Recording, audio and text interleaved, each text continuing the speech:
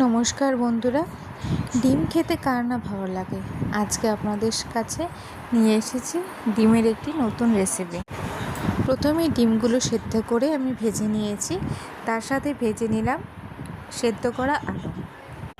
এবার বেরেস্তার জন্য একটা পেঁয়াজ কুচি কুচি করে কেটে লাল করে ভেজে নিয়েছি। এবার আমি ফোড়নের জন্য নিলাম গোটা জিরে, গোটা এলাচ, দারচিনি এবং তার সাথে দিলাম কয়েক টুকরো রসুনের কোয়া।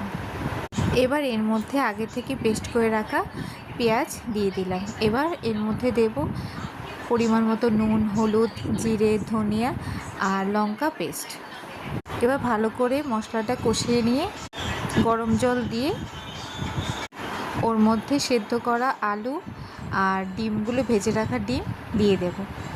এবার নামানোর আগে কস্তুরি মেথি আর বেরেস্তাগুলো দিয়ে নামিয়ে নেব।